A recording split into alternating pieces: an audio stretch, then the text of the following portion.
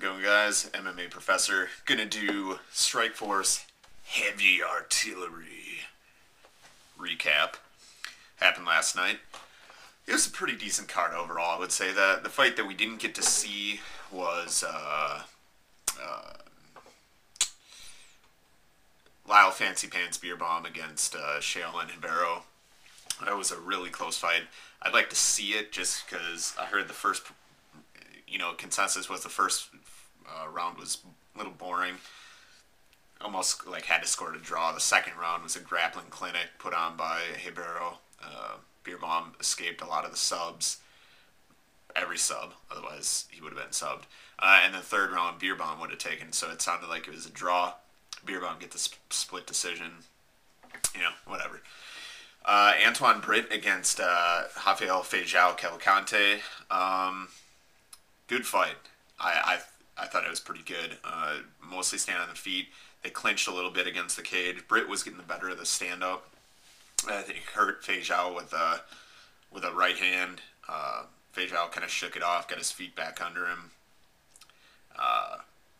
Feijão ended up going for a switch kick to the head, clipped him underneath the shoulder, underneath his arm, but then caught him with a huge overhand right, put him into the cage, landed a left hook, left hook combination, and put Britt out. This is why people hyped Feijão, because of the camp he trains with, because of his skills that he has, and if he comes in shape like that, he was in excellent shape for this, and if he puts the time and effort into it, he can be a dangerous guy at 205. Roger Gracie against Kevin Randleman. Yeah, it is what it is. Randleman's...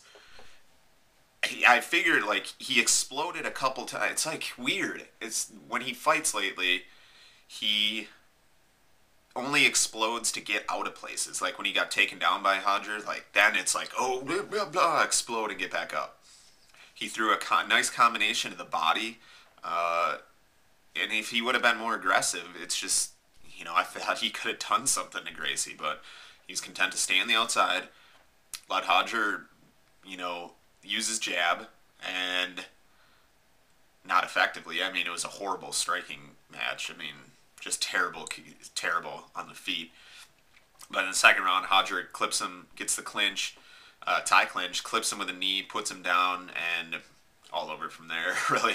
He had mount and was going for an arm triangle, and then took his back and choked him out with a rear naked choke. Hodger's only 28 years old. He's top 2 grappler in the world. And, it's just, one of my biggest pet peeves is when somebody has that much talent and then they don't convert it into being as awesome as they can be. It's he trains 80% with the gi and 20% striking. If he's serious about MMA, it should be reverse of that and no gi. But, he's only 3-0 right now.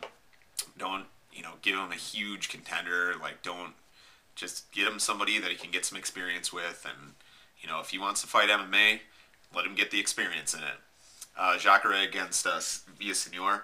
You know what pissed me off about this fight? Not the fact that Jacare absolutely dominated the entire fight, but the fact that the Showtime announcers are so freaking bad.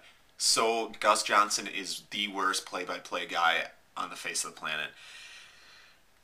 Into the third, Jacare dominated the first round, 10-8, just absolutely wrecked him. Just short of finishing Villasenor. Heavy ground and pound, took him down, landed the better strikes. Second round, same thing. Third round, even though he was a little gassed, pretty much the same thing.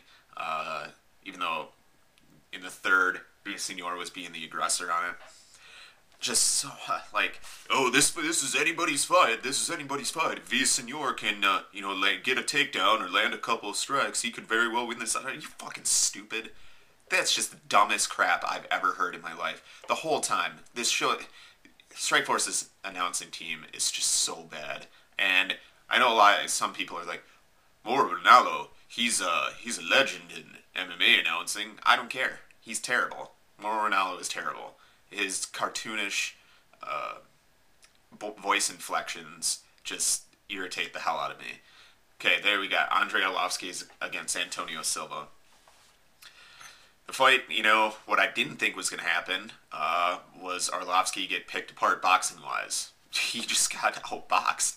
Antonio Silva, looked quicker than him, and, Silva wasn't... He did hit him with some good shots, and, Arlovsky didn't... I don't know what to think about it, Arlovsky, at this point. It's like, well, he's fought 3 high-caliber opponents in a row, and he's lost every single one of them. But, he's in the middle of transitioning between his old training style and his new training style, so sometimes it takes a little while to catch up to that. So I don't know if that's it, or if he's just done as being a contender. He's not as well-rounded as a lot of the guys now, and he's not as big as a lot of the heavyweights, so... it's sad to say, but it looks like his days as being a contender are over. Even though, what are you going to do? Impressive by Silva to get the win. Took him down a couple times and, just outworked him on the feet. Main event, Alistair Overeem against Brett Rogers. A lot of people going into this, not a lot, but it was some people thought that Rogers was going to go out and just absolutely wreck Overeem. And I think, Overeem proved a lot of people wrong, and I said at the beginning, I didn't put up prediction videos, but that he needed to control the distance, whether it be in the clinch or outside throwing leg kicks. He didn't want to be in the mid-range right there, in boxing range, and he needed to use his footwork because Brett Rogers was going to come forward and throw huge shots and try to put one on his chin, because that's all Rogers does. And Overeem absolutely ragdolled Rogers with half a tie clinch. He had the left tie clinch and just threw him to the ground. And once it hit the ground, Overeem controlled his legs, pass guard, pounded on him, put him, Rogers just rolled over, covered up, didn't want anything more of it. Rogers is not as well-rounded as, I don't know, it's like, that's why I didn't want to pick Rogers, because he's not well-rounded at all. He's got a decent chin and heavy hands, and sometimes that'll get you pretty far in the heavyweight division. But Overeem is very well-rounded, and Overeem right now, too, is so mentally confident, and that's a huge thing. And coming off the Fedor loss, I don't think Rogers was mentally confident at all. I don't think he was all there. I think the Fedor loss was still in the back of his mind, and that's not something you want to do in MMA. And Overeem looked fantastic, man. Yeah, I want to see him fight Fedor. Yeah, and, honestly, at this point, I don't want to overstate Overeem's value. Yes, 2 overs in a row. But, I don't know, man. He's not as technically good as Fedor, but his size and strength could overcome that. I would be a very good fight. I would probably still pick Fedor, but it depends on how Fedor looks against Verdum, so that would be pretty telling right now. But if he beats Fedor, he needs to come to the UFC, and that would be so awesome, dude.